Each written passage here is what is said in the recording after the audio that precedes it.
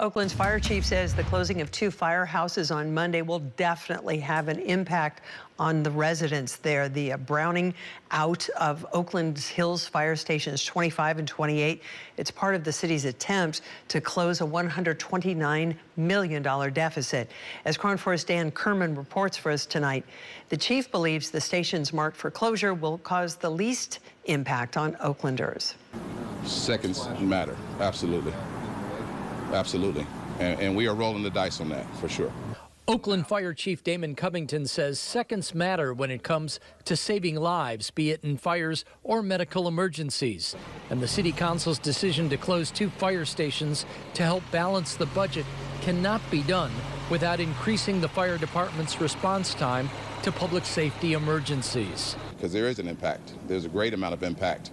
What our job is to figure out how we can least lessen that impact to the public. After an analysis, Covington says it was determined closing Oakland Hills Fire Stations 28 and 25 for 6 months beginning Monday would have the least impact on residents. We felt like because of the time of the year, as you can see, it's really foggy today.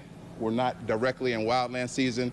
This was an opportunity to use a couple of our hill houses that normally are in our high fire severity zone to help with those closures. The plan is to have Station 21, which is centered within 4 miles of firehouses 25 and 28, cover the bulk of their calls. Anytime there's a reduction of fire protection services, it puts everything more at risk.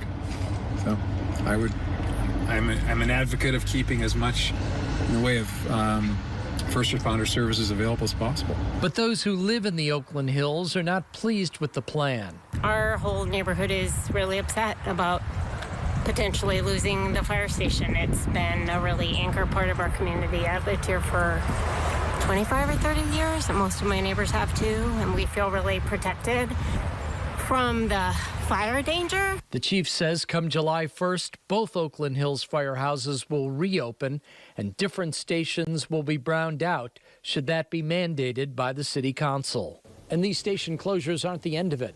Another 4 stations are slated to close in February unless the city council decides to make changes. In the Oakland Hills, Dan Kerman, KRON 4 News.